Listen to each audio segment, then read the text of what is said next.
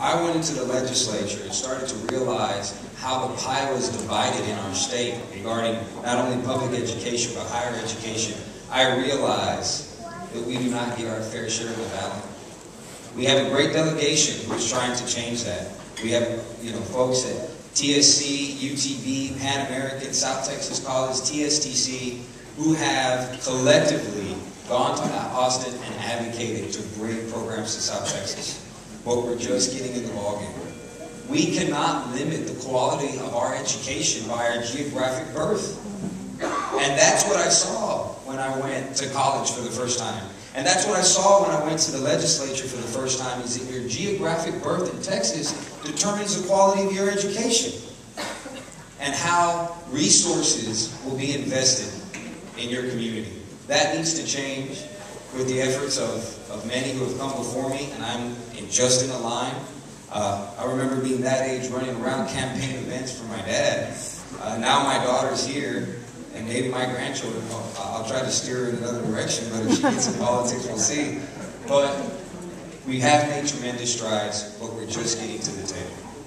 So I'm not running with that message I did in 2005 and 2006 about change. What I am running on and what I ask in this report is let me continue the fight.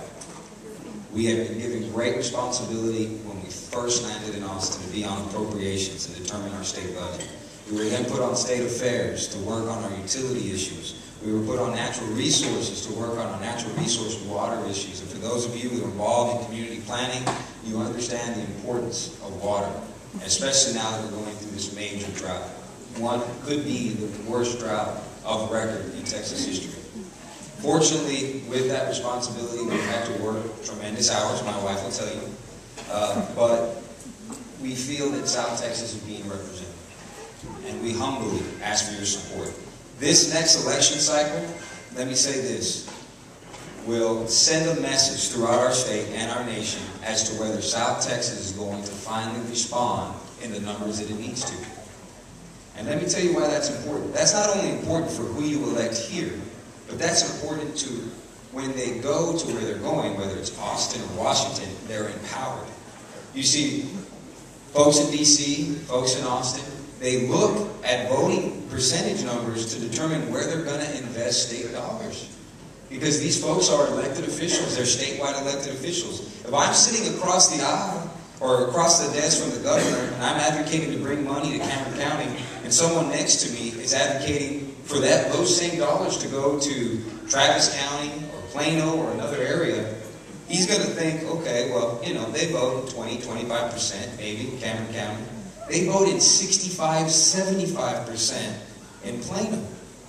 I have an election coming up. My party has an election coming up. Let me send the money to where I get the biggest bang for my buck. And those that speak out will be heard.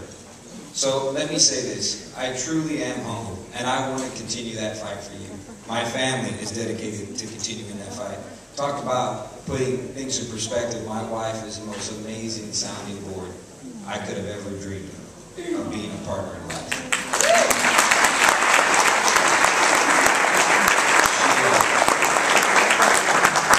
And she went with me this time to Austin. There were some tough decisions that had to be made. She said, Eddie, don't make a decision that's going to get you reelected. Make a decision that you know is right. If you get reelected, that's what it's all about. In the end, if you don't get sent back to Austin, you can live the rest of your life knowing you did the right thing. And she tells me that every day. And she also tells me to get home early and eat dinner. So let me recognize just a few people and thank them for everything they did. My staff, Ruben Obel, my chief of staff, right hand, left hand.